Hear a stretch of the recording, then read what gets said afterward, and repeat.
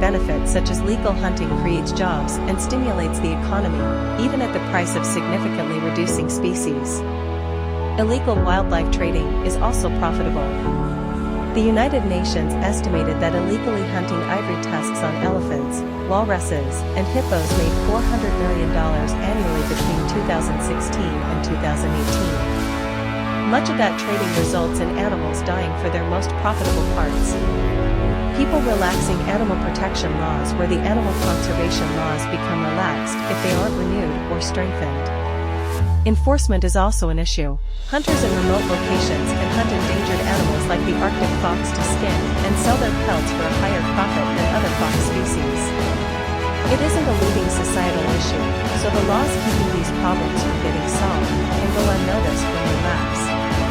Everyone can imagine how overhunting prevents animals from replenishing their species each year, but there are a few ways it also hurts the ecosystem. It disrupts the food chain when one type of animal significantly reduces its population or disappears entirely. It disrupts the food chain. People could overhunt an animal that isn't on the endangered list, like prairie dogs. When their population got too scarce in 1979, it threatened the black-footed ferret and would have made them extinct without intervention by wildlife experts. It interrupts migration patterns as there are a few ways that overhunting harms migrating animals.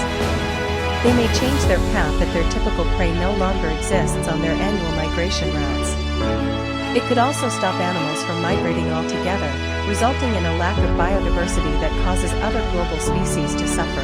Migrating animals are essential to the ecosystem, but they can't follow their instincts if there isn't food to support them along the way. It affects non-endangered animals as the wild animals are dying from human-influenced climate change as wildfires become more frequent due to a lack of precipitation and higher temperatures. The lucky ones who survive environmental disasters still need prey to eat. When they move to new locations to continue their survival, they may not find enough food to thrive because overhunting already took away their primary food source. It impacts agriculture as many wildlife species eat insects as their primary food source, which allows vegetation to thrive.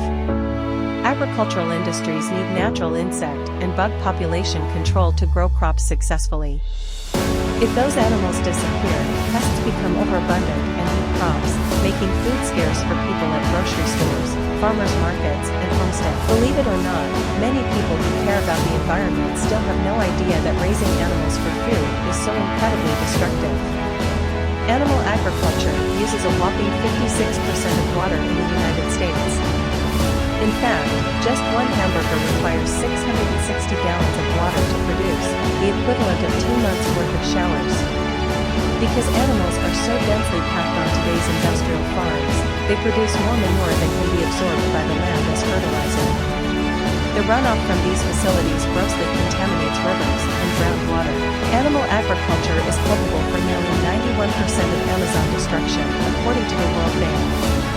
Raising animals for food, including land for grazing and growing feed crops, now uses over 1/3 of the Earth's land mass. Factory farms have created more than 500 nitrogen-flooded dead zones throughout the world's oceans. Raising animals for food produces more greenhouse gas emissions than all of the cars, planes, and other forms of transportation combined. Animals raised for food produce 7 million pounds of excrement every minute. A pound of beef requires 13% more fossil fuels to produce than a pound of soy.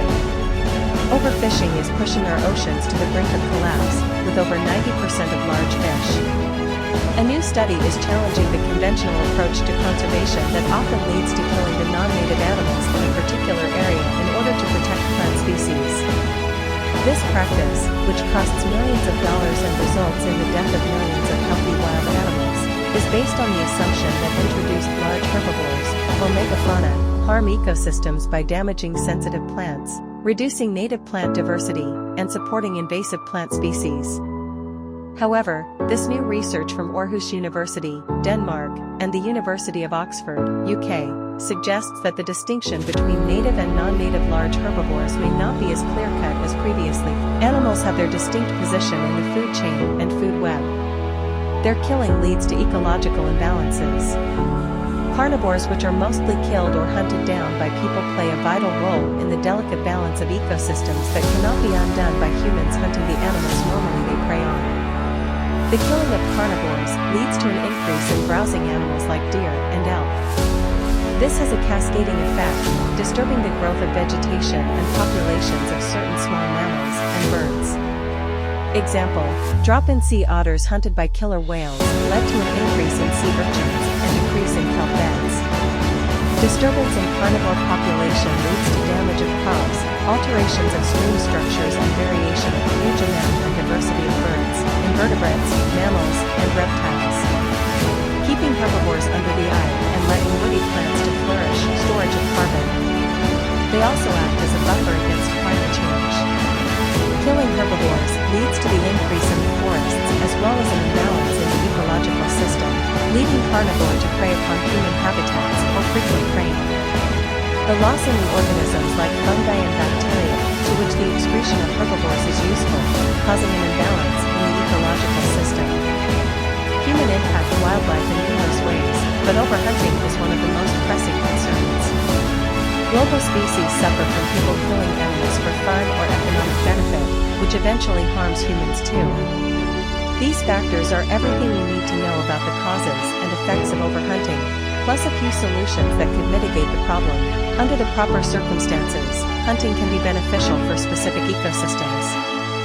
Naturally, there can be a whole host of unwelcome problems if a prey species gets too overpopulated. Death is a natural part of life, and some animals require some trimming down to keep the earth in a state habitable for all in existence. However, that does not mean wanton destruction is the solution to the planet's issue. Unchecked hunting can introduce much more ecological harm than it solves.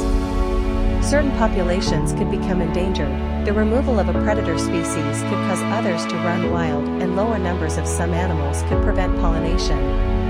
Such reasons are why it is vital to obey the laws and guidelines for hunting areas. As many likely know, overhunting can have severe adverse effects on the environment. Humans have hunted multiple animals to extinction, meaning these creatures have no surviving offspring today. In the last 250 years, 9 species of mega-fauna have gone extinct. Who knows how many smaller animals have followed in their footsteps?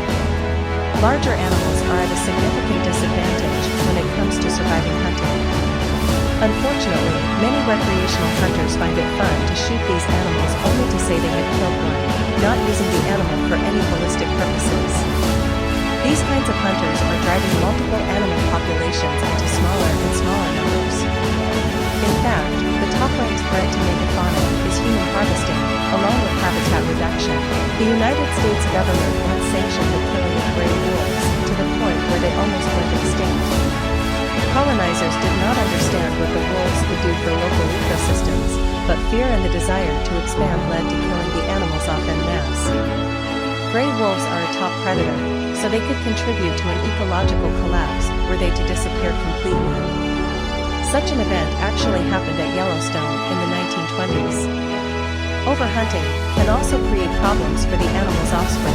If someone kills their parent before they are old enough to care for themselves, they will not survive. Wild animals are not like humans, they thrive on basic natural instincts. A lot of species do not take in orphans because they have their own children to feed. Thus, these small animals perish, unable to repopulate, because they could not live long enough to mature. While hunting predators can help the prey increase in numbers, it can have destructive effects on the local ecosystem. One example is how the overpopulation of deer is hurting the world's forests, because they love to eat saplings. With lower predator populations, deer are free to wander and eat as much as they can, reducing the amount of new trees. Plenty of animals spread seeds through their waste as well, so fewer amounts of them can affect pollination as well. All in all, overhunting can devastate both prey and predator populations. If predators have nothing to feed on, they die out as well, leaving other animals to wreak havoc in their wake. Why is hunting bad for the environment? Because it can utterly destroy the balance of an ecosystem when it goes unchecked. The killing of animals leads to an imbalance of the ecosystem. Carnivores are killed by the hunters and poachers for their skin and other products. This increases the number of deer and rabbits, which feed on grasses and other plants, leading to overgrazing that would increase deforestation. The animals also act as a buffer against climate change. Therefore, it is very important for us to protect animals as well. Both animals and plants are equally important to maintain the ecological balance. Because overhunting can become such a severe issue, it is crucial to follow any and all hunting laws in an area. These regulations help animals and fellow hunters stay safe during the season. They can also change year by year, so it is vital to check with local and state governments to verify the rules of each hunting period. These laws often consist of season dates and back limits. The dates identify the period when hunters can go after certain animals. However, they are not allowed to go after all of that species. Bag limits dictate how many animals they are allowed to kill during that particular hunting season. Some might find the rules too stingy for them, but they are incredibly important to heed. Hunting seasons ensure animal populations are allowed to grow before hunters move in to kill the herd. If they were able to go after the species any time of year, there would be no guarantee the numbers would be as high as they were then. The time limits help prevent overhunting, and bag limits make sure there are enough animals to breed later. It is also a matter of respect. Only killing as much as one needs ensures others can also gather enough food for themselves. Additionally, they help avoid leaving any offspring without a parent to fend for them. As stated before, many small animals need their mother or father to feed them or teach them how to hunt until they are ready to be on their own.